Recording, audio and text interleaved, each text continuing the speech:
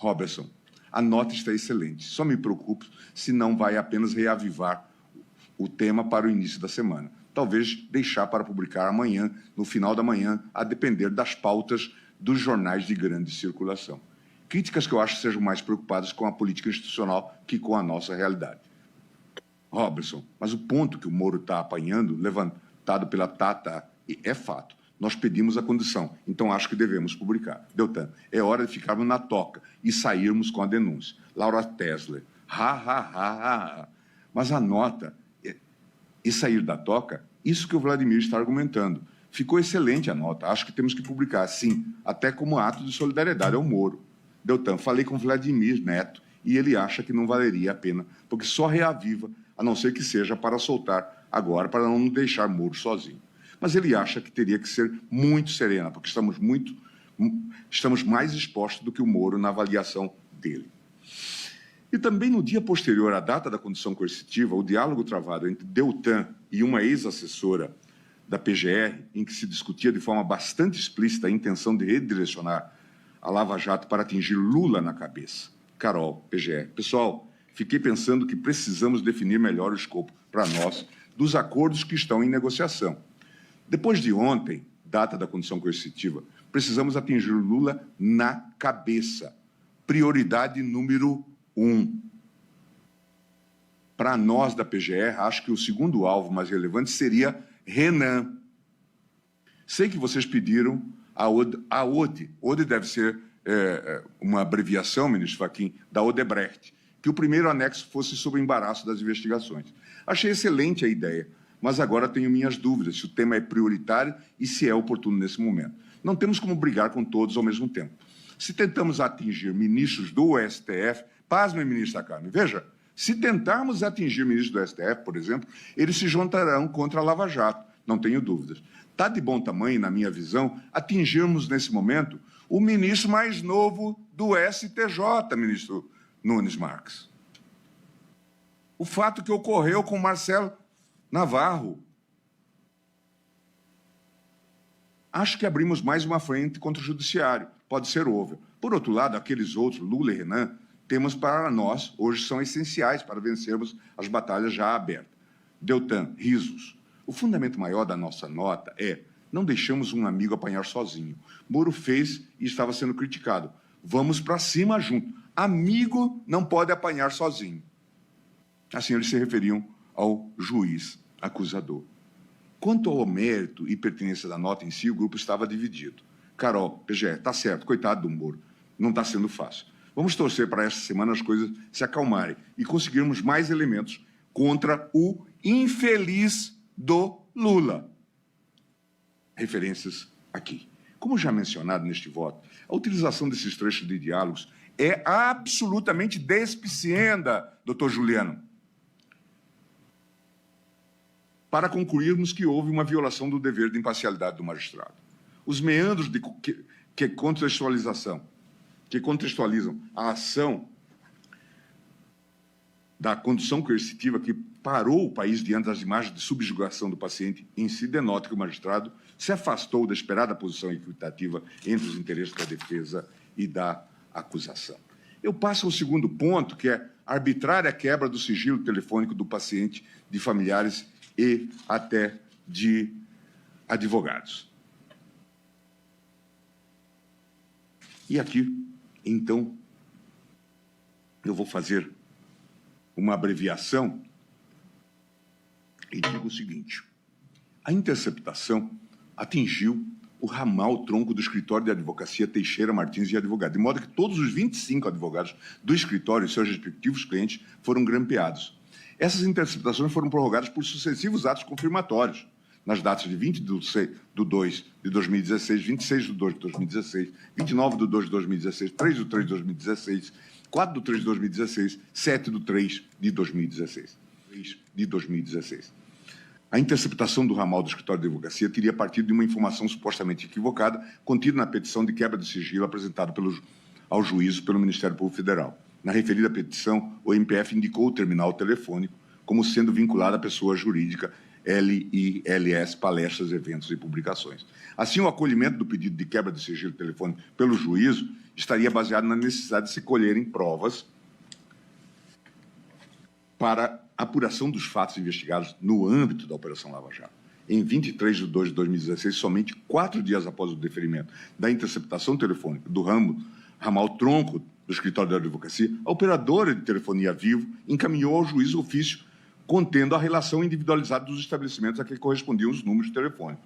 No referido ofício, consta que o terminal telefônico atribuído ao IMPF, ao Instituto, na realidade, seria da titularidade da sociedade Teixeira Martins e Advogados. Destaque-se, portanto, que no dia 23 de 2 de 2016, o juízo tomou conhecimento, ou pelo menos poderia ter se cientificado, de que o terminal telefônico interceptado correspondia, na realidade, à sede do escritório de advocacia que patrocinava o paciente, então investigado na operação.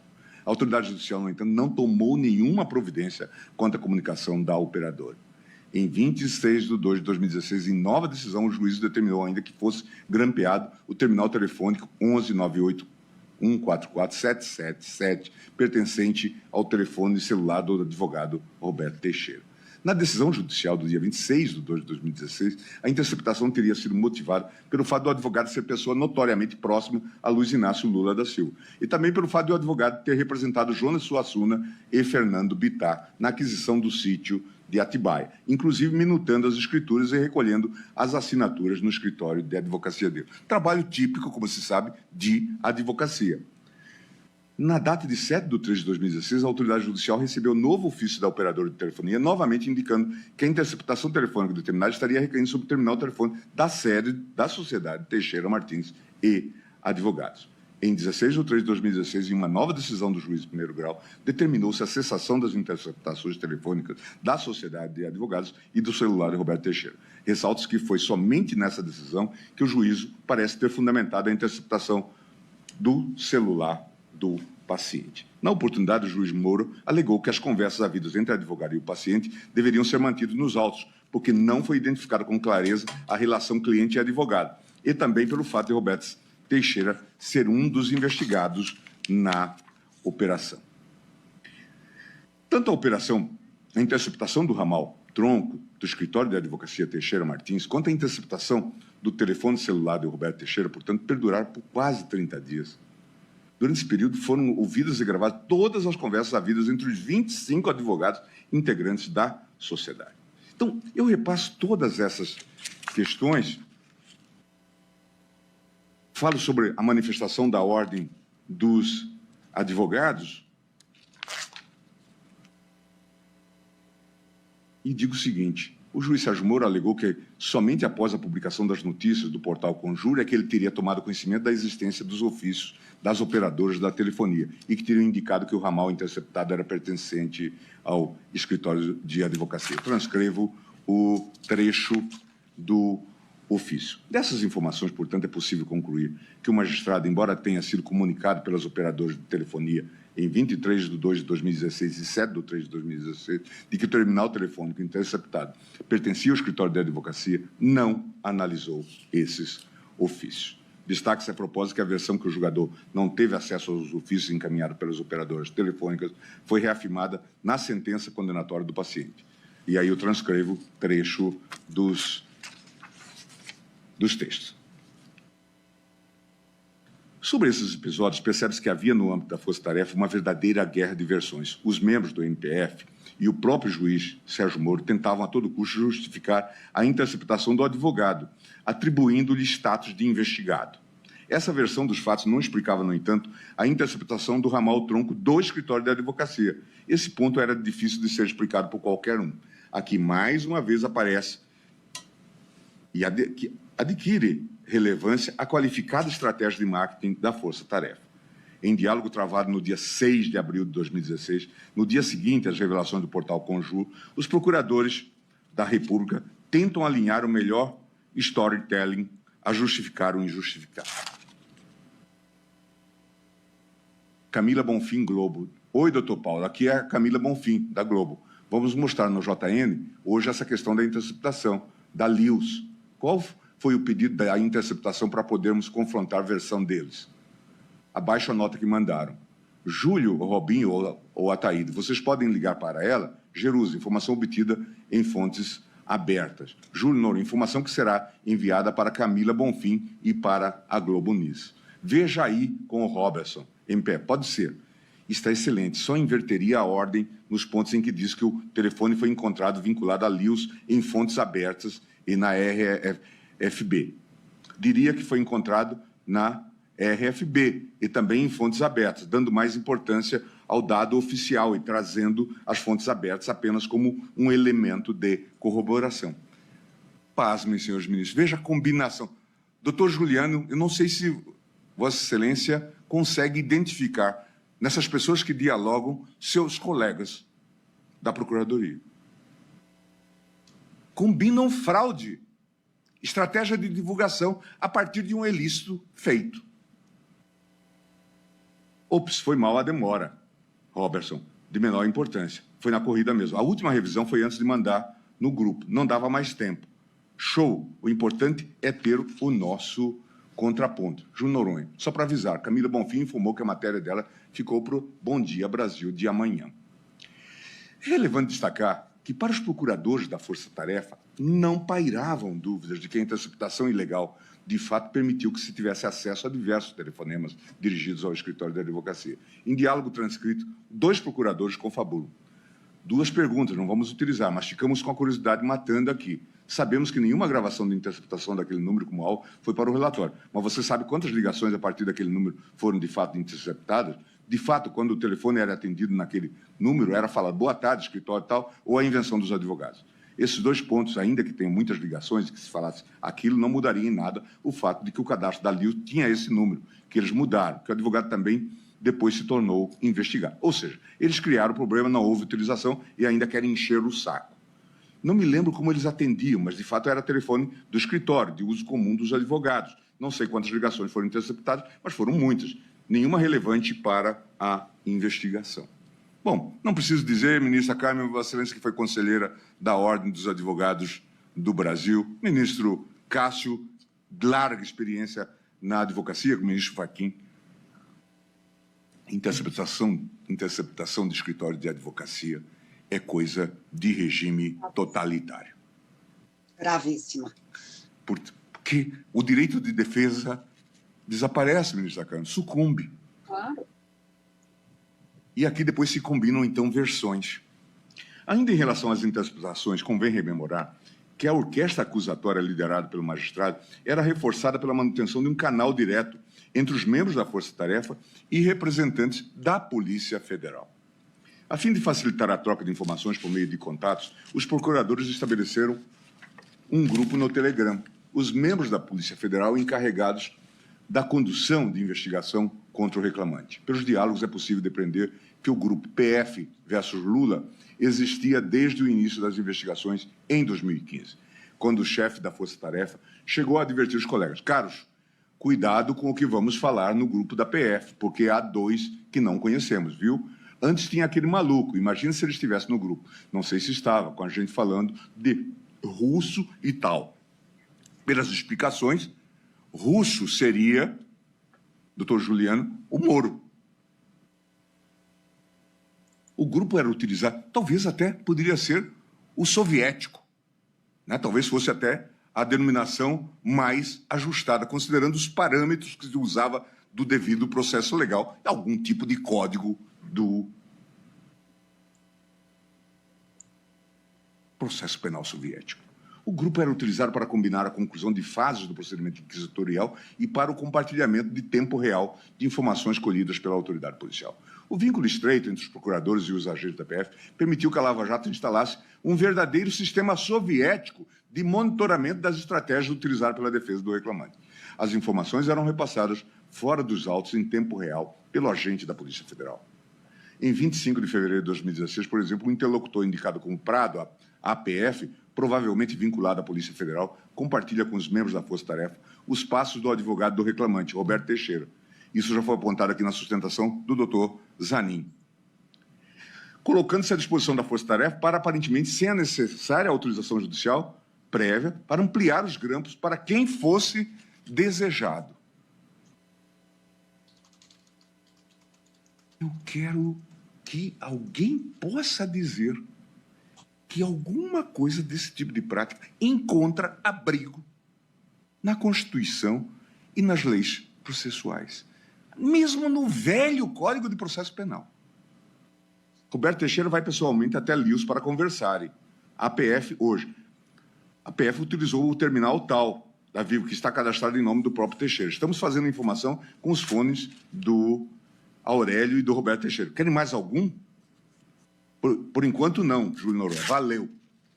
Em 8 de março de 2016, os procuradores da Força Tarefa utilizaram o referido grupo do Telegram com a PF para tentar combinar o indiciamento do ex-presidente antes da apresentação da denúncia. Colhe-se das conversas que o juiz Sérgio Moro opinava ativamente quanto ao momento ideal do indiciamento. Utilizo este grupo, PF Lula, seria importante fazer a denúncia logo. O que acham de um eventual indiciamento de Lula pela PF antes da denúncia? Seria notícia. Veja a estratégia de marketing. A notícia era muito importante. Esse é um dado importante que precisa ser registrado. Tudo isso não se realizaria sem um tipo de cumplicidade. Veja, tudo isso não se realizaria sem um tipo de cumplicidade da imprensa. É bom que se diga isso. Este modelo de Estado totalitário que se desenhou teve a complacência da mídia. Tudo tinha que ser noticiado dentro dessa perspectiva.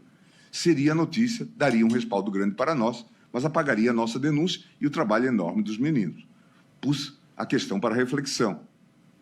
Eu acho que o trabalho que o pessoal fez foi sensacional. Já está 100% comprovado que o sítio era para o Lula, o Tripex também. E as reformas e benefícios foram pagos pelas empreiteiras. O trabalho foi tão bom que eu também acho desnecessário continuar a gastar esforços nisso. Porém, ainda que comprovado isso, acredito que o link com o crime antecedente ainda não está tão bom. Ponto que o ministro Fachin agora aponta. Então, seria muito bom se houvesse um fato novo ou uma prova nova desse vínculo antes da denúncia. 2 fatos que ajudariam muito seriam os depoimentos de DA e PC. Existe alguma chance de obtermos esses depoimentos em 30 dias? Então, acho que não devemos nos precipitar agora. Orlando, vem a denúncia do MPE antes. Deltan, concordo com Orlando. Moro, de outra parte, disse que o mais importante é a consistência do que a pressa.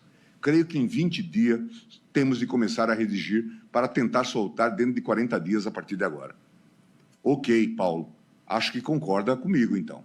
Dias depois, em 16 de março de 2016, um dos membros da Polícia Federal informou, em tempo real aos membros da MPF, que o ex-presidente estaria indo se encontrar com Dilma Rousseff e sugeriu que talvez fosse oportuno tentar prender preventivamente o reclamante, logo antes que ele pudesse obter foro por prerrogativa de função perante o Supremo. Mais uma vez, os trechos do diálogo assemelham-se a uma narrativa. E eu, então, repasso essas questões. Prado transcreve literalmente tudo sem comentários, faz uma informação ao relatório de pessoas. Estou voltando para a SR, para carregar o EPROC com áudio. Já é claro, mas isso demonstra ainda mais o desvio de finalidade da nomeação. Não há, portanto, nenhuma dúvida de que os passos do paciente e suas discussões de estratégias processuais eram friamente monitorados pelo magistrado, o que subverte totalmente sua posição de isenção quanto às teses defensivas. Divulgação ilegal dos áudios. Eu repasso essa questão, que também é de todos conhecida, e transcrevo aqui alguns trechos. Depois digo o seguinte, senhores ministros. De acordo com a reportagem realizada pelo jornal, após examinar todas as interceptações mantidas fora do alcance deste STF pelo ex-juiz, foi possível verificar que o ex-presidente só mencionou as investigações em curso uma vez, para orientar um de seus advogados a dizer ao jornalista que o procurasse, que o único efeito da nomeação seria mudar o seu caso de jurisdição, graças à garantia de foro especial para ministros no Supremo. É claro que esse caráter seletivo e manipulado dos vazamentos, hoje conhecido, não apaga os registros de um dia em que Moro virou um verdadeiro herói nacional. Diante das manifestações públicas daí ocasionadas, o ex-juiz federal Sérgio Moro tomou para si como sinal de apoio os protestos em prol da prisão de Lula e a favor do impeachment de Dilma Rousseff, dizendo-se tocado pelo apoio às investigações da assim denominada Operação Lava Jato. Ainda no espírito de desvendar os bastidores da cooperação institucional espúria entre o magistrado e o órgão da acusação meramente para registro histórico, os diálogos obtidos no âmbito da Operação Spoofing mostram que no dia 13 de março de 2016, Deltan Dallagnol fez questão de confortar o ex-juiz Sérgio Moro, destacando que teria, naquele dia, sagrados como um verdadeiro herói nacional. Em diálogo privado, o procurador enviou a seguinte mensagem ao ex-juiz: "E parabéns pelo imenso apoio público. Você hoje não é mais apenas um juiz, mas um grande líder brasileiro, ainda que isso não tenha sido buscado. Seus sinais conduzirão multidões, inclusive para reformas de que o Brasil precisa, nos sistemas político e de justiça criminal. Sei que vê isso como uma grande responsabilidade e fico contente porque todos conhecemos sua competência, equilíbrio e dedicação." Não vou fazer, ministra Carmen, nenhum outro comentário. Internamente, porém, a reação dos demais membros da Força Tarefa era de indignação e dúvida sobre o acerto da decisão de Sérgio Moro. Uma das únicas vozes a defender a conduta do magistrado, Deltan Dallagnol, defendia que o vazamento ilegal de Moro seria relevante dentro de uma perspectiva jurídica, mas seria tão somente uma filigrana dentro do contexto maior que é político. Transcreve-se aqui falas sobre isto. Repasso, então, a tal atuação do juiz Sérgio Moro para impedir a ordem de soltura contra o Lula. Aqui. Diante disso, a atuação clara do ex-juiz Sérgio Moro para manter o réu preso, mesmo diante da ordem do tribunal a ele superior, evidencia sua inclinação pautada por visões preconcebidas no caso concreto em face do paciente. Aqui o magistrado não atuou nem dentro dos limites de sua competência, nem com o intuito de garantir o interesse processual da demanda. Tão somente buscou defender a rigidez do seu projeto de poder, que sempre perpassou a cassação de direitos políticos do paciente e ainda a restrição à sua liberdade de locomoção como fecho de uma narrativa midiática incriminadora. Trechos de mensagens obtidos pela Operação Spoofing sugerem que, nesses conturbados episódios que permeavam a tentativa de não dar cumprimento à ordem de soltura do ex-presidente, os membros da Força Tarefa também se articularam ativamente para impedir que a decisão do TRF-4 fosse cumprida, inclusive prevendo estratégias de revanche contra o magistrado. E esta é uma questão muito pacífica na cabeça dessas figuras angelicais. Magistrado que decide contra eles tem que ser punido. Qualquer semelhança com regimes totalitários não é mera coincidência. Em diálogo travado entre os membros do MPF, a data da decisão dos embargadores discutiu. Deltan, Valeixo falou com o Thompson, que mandou não cumprir até ele decidir. Deltan, isso nos dá tempo. Deltan, PGR vai apresentar cautelar de 2 páginas para a Laurita ainda hoje. E assim por diante. Vamos ter que trabalhar numa resposta do CNJ ou até criminal contra Favreto depois do domingo perdido. Januário Paludo, com certeza, está mais do que na hora. Len já está examinando o pedido. Deltan, boa, Casaé. Por favor, nos mantenham informados. Em suma, discutiam todas essas questões. Eu digo, esses diálogos, mais uma vez, revelam que manter o paciente no cárcere não era uma questão ancilar para os membros do órgão de acusação. Tampouco para o juiz, que nesse momento já não escondia qualquer inclinação de aderir integralmente aos interesses do Ministério Público Federal para dentro e fora do processo, garantir que a decisão de soltura do ex-presidente não fosse cumprida. Quinto fato indicativo da quebra de imparcialidade do magistrado coincide com a prolação da sentença na ação penal do chamado caso Triplex. Ao proferir a sentença condenatória, o ex-juiz Sérgio Moro fez constar claramente diversas expressões de sua percepção no sentido de uma pretensa atuação abusiva da defesa do paciente. Veja, de novo, um modelo totalitário de processo penal. A atuação da defesa é abusiva.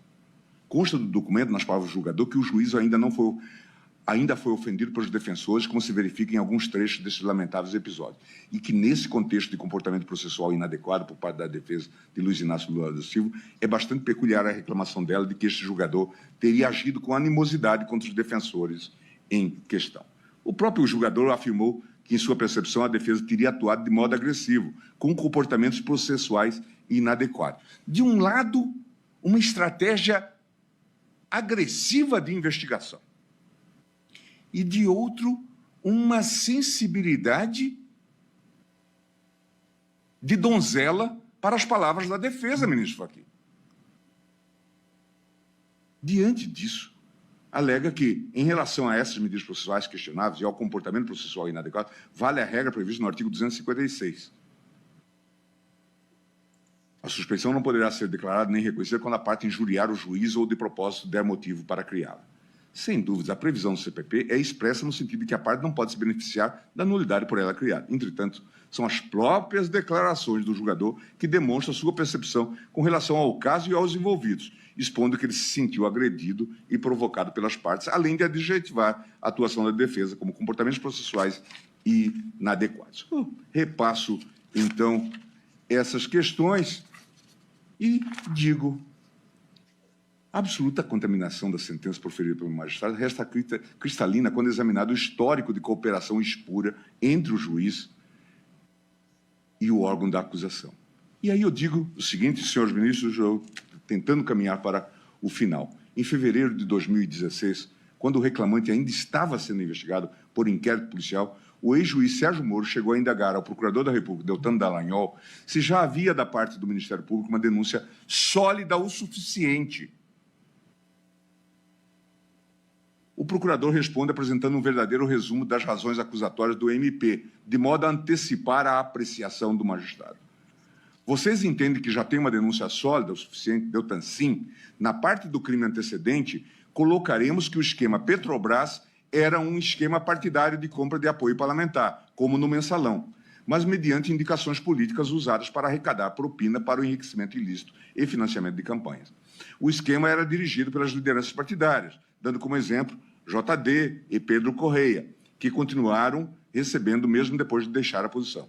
Com a saída de JD, que imagino desceu da Casa Civil, só se perpetuou porque havia alguém acima dele na direção. Ele tem ampla experiência partidária, sabe como as coisas funcionavam, amplificada com o conhecimento do esquema do mensalão, e sabia que empresas pagavam como contraprestação e não simples caixa 2. Mais uma prova de que era partidário era o destino do dinheiro, prosseguiu Deltan, da LIUS e da IL para integrantes do partido. Estamos trabalhando a colaboração de Pedro Correia. Estamos trabalhando a colaboração de Pedro Correia, que dirá que... Vejam, senhores ministros, a questão das delações. Estamos trabalhando a colaboração de Pedro Correia, que dirá que Lula sabia da arrecadação via PRC. E marcamos depoimento do PRC para um dia depois da nova fase, para verificar a versão dele. CCC e AG estão fazendo levantamentos das palestras. A depender do amadurecimento, estarão nos crimes antecedentes também o esquema do FGTS e do BNDES.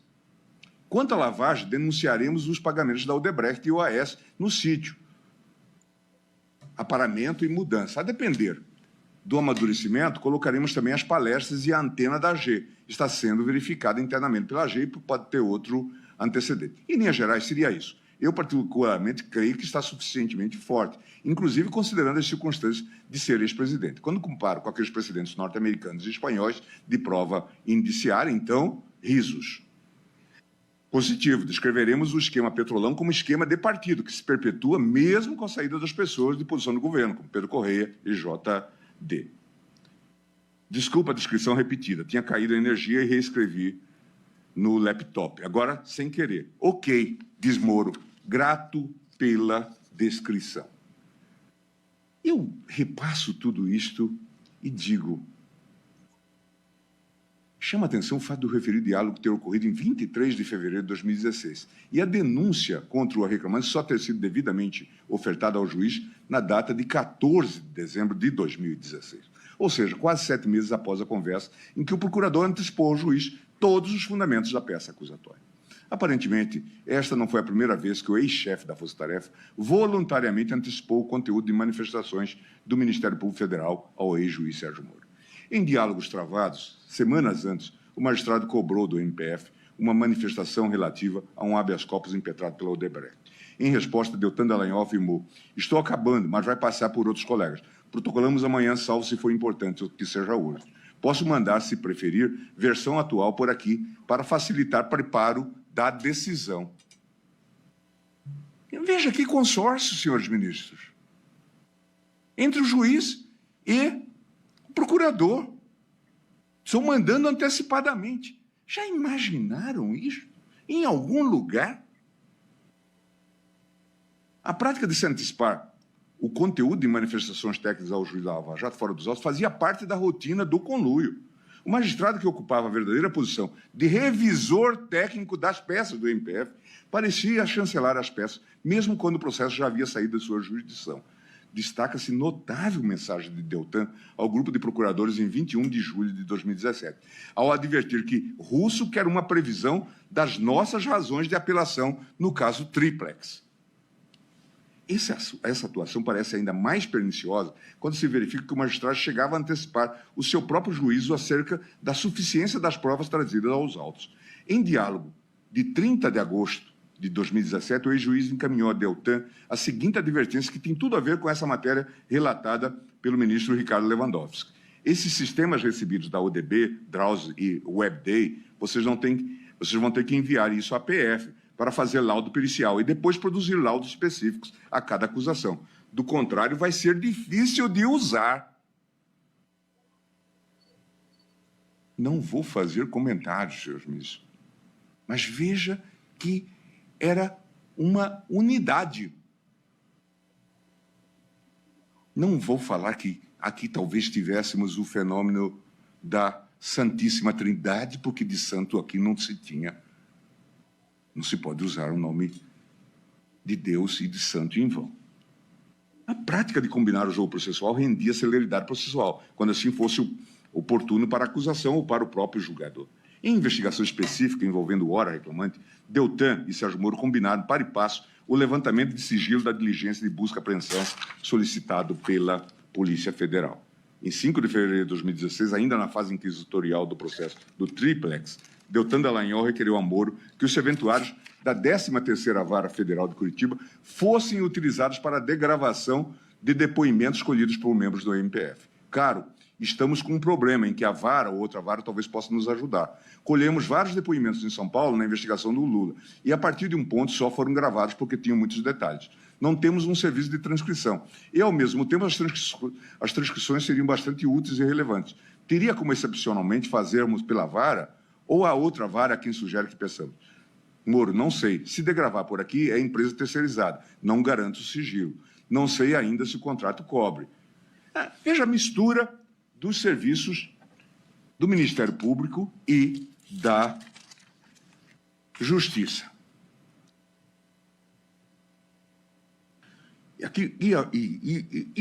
Observações aláteres, vamos lá. Laura Tesla, pessoal, percebi que o Moro agora previu para os colaboradores a possibilidade de ampliação pelo juiz da execução dos benefícios previstos no acordo, caso haja aprofundamento posterior da colaboração, com a entrega de outros elementos relevantes. Não me lembro de ter visto isso antes, em alguma sentença.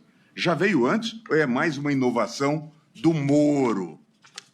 Diz Laura Tesla. Júlio Noronha. Não lembro de ter visto isso antes também, Laurinha. Jerusa. É um dispositivo do novo Código de Processo Penal da Rússia.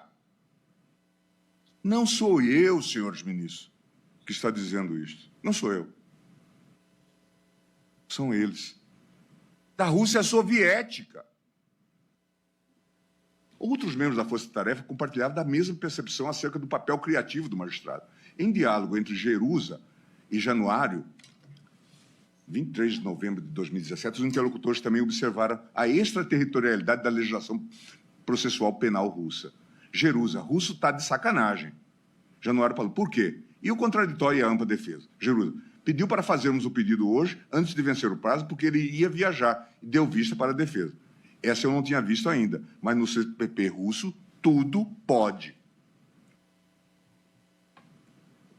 O fato de, na última semana, antes do primeiro turno das eleições, o juiz Sérgio Moro, de ofício, ter levantado o sigilo de parte da delação premiada do Antônio Palocci, cuja narrativa buscava incriminar.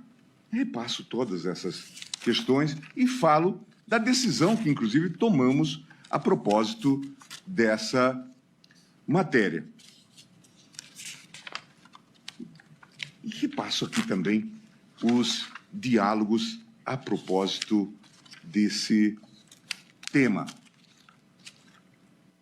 E digo, trata-se de mais um ato que demonstra de forma inequívoca a quebra de imparcialidade do excepto. O fato de o juiz Sérgio Moro ter assumido o Ministério da Justiça, ampliado do governo do opositor político do paciente. Este é o último fato, e eu, então, também digo o seguinte: a extrema perplexidade com a aceitação de um cargo político no governo que o ex-magistrado ajudou a eleger não passou despercebida pela comunidade acadêmica nacional e internacional. Em 12 de agosto de 2019, um grupo de 17 juristas, advogados, ex-ministros da Justiça e ex-membros de cortes superiores de 8 países assinou uma carta em que se pedia ao STF a libertação de Lula e a anulação de processos contra o ex-presidente.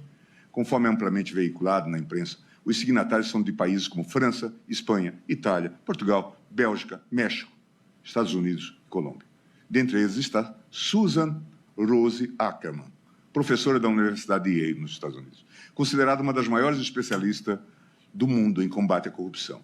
Transcreva a íntegra do manifesto. Lula não foi julgado, foi vítima de perseguição política. É o que dizem esses professores, em que, na conclusão, dizem: é indispensável que os juízes do Supremo exerçam plenamente suas funções e sejam os garantes do respeito à Constituição. Ao mesmo tempo, esperamos que as autoridades brasileiras tomem todas as medidas necessárias para identificar os responsáveis por estes gravíssimos desvios processuais.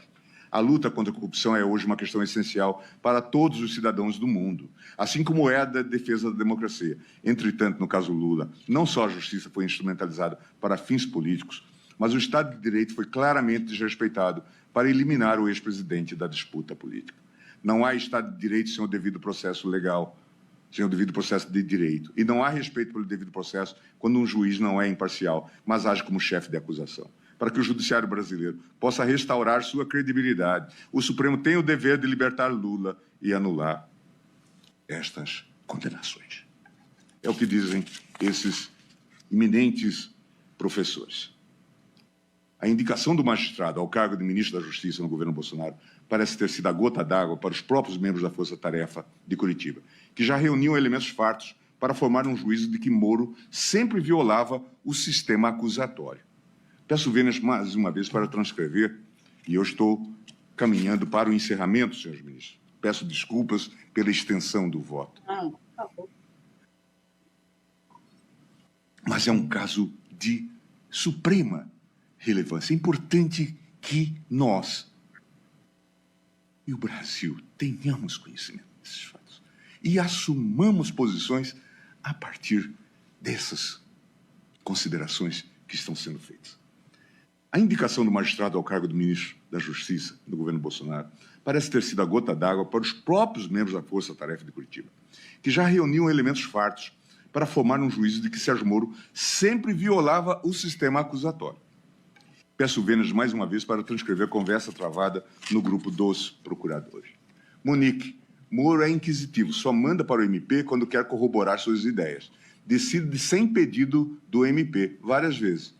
E, respeitosamente, o MPF do Paraná sempre tolerou isso pelos ótimos resultados alcançados pela Lava Jato. Ele nos vê como mal constitucionalmente necessário, um desperdício de dinheiro. Monique, se depender dele, seremos ignorados. Ângelo, afinal, se já tem juiz, por que outro sujeito processual com as mesmas garantias e a mesma independência? Duplicação inútil. E ainda podendo encher o saco. E essa fama de Moro é antiga, diz Monique. Desde que eu estava no Paraná, em 2008, ele já atuava assim. Alguns colegas do MPF do Paraná diziam que gostavam da proatividade dele, que inclusive aprendiam com isso. Ângelo, fez umas tabelinhas lá, absolvendo aqui para a gente recorrer ali. Mas na investigação criminal... Vejam, senhores, prestem atenção, vejam na trama. Fez umas tabelinhas lá, absolvendo aqui para a gente recorrer ali. Mas na investigação criminal, a única coisa que interessa... Opa, a dupla policial-juiz é a senhora. Monique, Moro viola sempre o sistema acusatório e é tolerado por seus resultados. O que eu disse quando comecei a minha fala, é relevantíssimo o combate à corrupção. Mas ele há de ser feito nos moldes e dentro dos ditames legais. Não se combate crime cometendo crime. É preciso que o sistema acusatório seja integralmente preservado. E eu sei que, a partir da revelação desses fatos, independentemente da nossa decisão, nós vamos ter que fazer uma profunda reforma da justiça criminal, desses modelos de investigação e do papel do próprio Ministério Público. Porque ou fazemos isto, ou instalamos um sistema totalitário. Todos esses fatos e circunstâncias, ora analisados, me levam a indagar. Qual país democrático aceitaria como ministro da Justiça o ex-juiz que afastou o principal adversário do presidente eleito na disputa eleitoral? Em qual nação governada sob o manto de uma Constituição isso seria compatível? Em que localidade o princípio da separação dos poderes admitiria tal enredo? Senhores ministros, peço desculpas pelo cansaço, mas eu fiz um esforço para reduzir este voto e digo o seguinte: o exame conglobante de tudo que foi até aqui narrado estreita a inevitável compreensão de que houve, de fato, a violação do dever de imparcialidade do magistrado. Nos termos do artigo 101 do Código de Processo Penal, julgada a procedente a suspeição, ficarão nulos os atos do processo principal, pagando o juiz as custas no caso de erro inexcusável. Rejeitada, evidenciando-se a malícia do expiente, a este será imposta a multa de R$200 mil a 2 contos de réis. Antes de concluir, preciso relembrar alguns fatos e encerro. A polaridade que se percebe na sociedade brasileira atual precisa ser ponderada com seriedade. Em meu voto, não há qualquer polaridade ou predisposição a um ou a outro partido, a um ou a outro réu. E as minhas posições na turma e no plenário reforçam a não mais poder essa convicção. Não tenho políticos de predileção. Agora, acho que não se pode permitir fazer política por meio da persecução criminal. Isto não é admissível. Era o que se estava fazendo. Há um diálogo que acho que já citei num outro caso recente, em que Dallagnol monta um ministério e faz até uma ironia com o atual presidente da República, dizendo que ele seria, ministro Cássio, o ministro dos Direitos Humanos. A polaridade que se percebe na sociedade, portanto, precisa ser ponderada com seriedade. Fui eu quem, desde os primórdios, criticou e apontou fortemente as falhas e incongruências do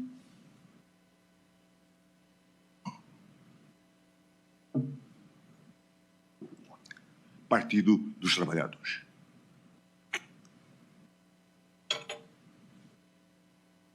Durante o julgamento do caso Mensalão, adotei postura repressiva para condenar aqueles contra quem havia provas além da dúvida razoável, com penas proporcionais e individualizadas. Em tal período, de modo enfático, cheguei a denominar aquela estrutura de organização criminosa, de quadrilha.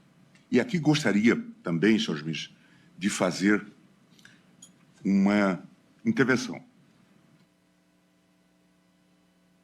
para ressaltar a importância do devido processo legal. E aqui teve um papel importantíssimo, que talvez ainda não tenha sido razoavelmente destacado, do ministro Lewandowski, como revisor, fazendo com que houvesse ponderação e moderação. Não preciso dizer, mas quantas vezes Sua Excelência foi o voto vencedor, redator para acordo, temperando eventuais exageros do relator e de outros, ganhando na votação, convencendo o plenário. Recentemente se pensou em suprimir o revisor no processo penal. Só a lembrança do papel do ministro Lewandowski fez com que o Congresso não aprove isto. É fundamental esse papel. Eu queria fazer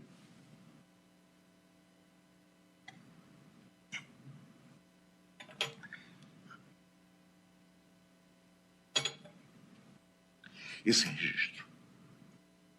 Depois fui eu que, diante da clara ilegalidade e desvio de finalidade, suspendeu a posse de Luiz Inácio Lula da Silva, como ministro indicado por Dilma Rousseff, em meio à deflagração de fase da chamada Operação Lava Jato, afirmando que tal ato pretendia fraudar a definição da competência para julgamento do processo penal em questão. Ou seja, mantive este processo sob o julgamento de Sérgio Moro naquele momento. Isso me dá muita autoridade para falar sobre esse assunto. Contudo, aqui vamos muito além de qualquer limite. Não podemos aceitar que o combate à corrupção se dê sem limites. Não podemos aceitar que ocorra a desvirtuação do próprio Estado de Direito. Não podemos aceitar que uma pena seja imposta pelo Estado de um modo ilegítimo. Não podemos aceitar que o Estado viole as suas próprias regras.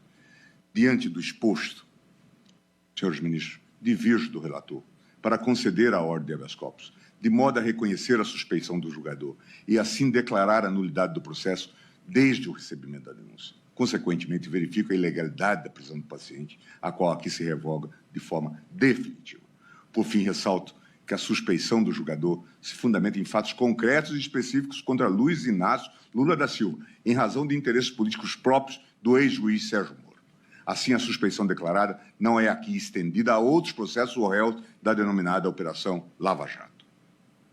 Ademais, a anulação não impede eventual abertura de novo processo com um julgador efetivamente imparcial, para aí sim se realizar a verificação dos fatos imputados com respeito ao devido processo legal. Por todo exposto, peço todas as vezes ao eminente relator para conceder a ordem habeas corpus, determinando a anulação de todos os atos decisórios praticados pelo magistrado no âmbito da ação penal 50, 465, 12, 94, incluindo os atos praticados na fase pré-processual.